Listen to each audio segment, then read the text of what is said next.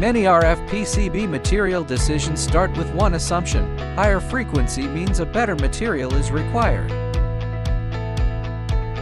But this is not always true. Frequency matters, but it does not decide the material by itself.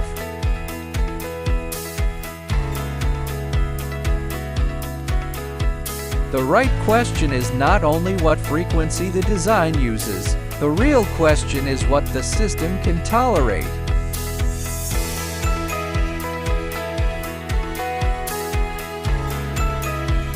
A short RF path may work with Rogers even at higher frequency. A longer path may require lower loss material even at a lower frequency.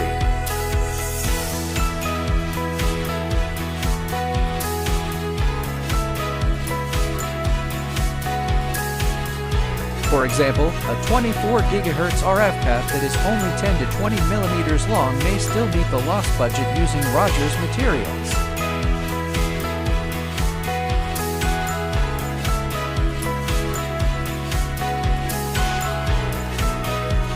Meanwhile, a lower frequency design with a long RF transmission path may still need lower loss material because loss accumulates along the channel.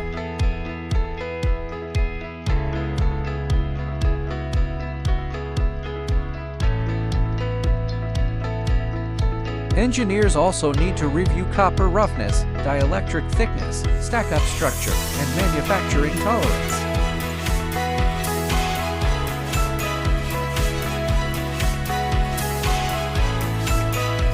E-simulation uses design geometry. The signal travels through manufactured geometry. These two are not always identical.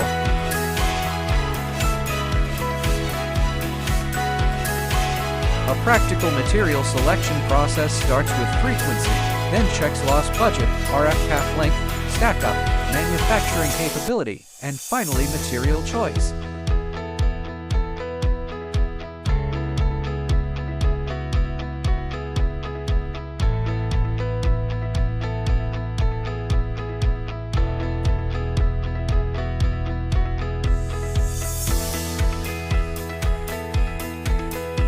Rogers is often suitable when performance and manufacturability must be balanced.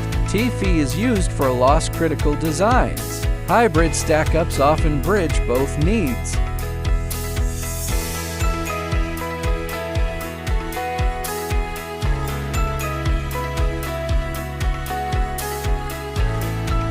The best RF PCB material is not the lowest loss material. It is the material that fits the system requirements.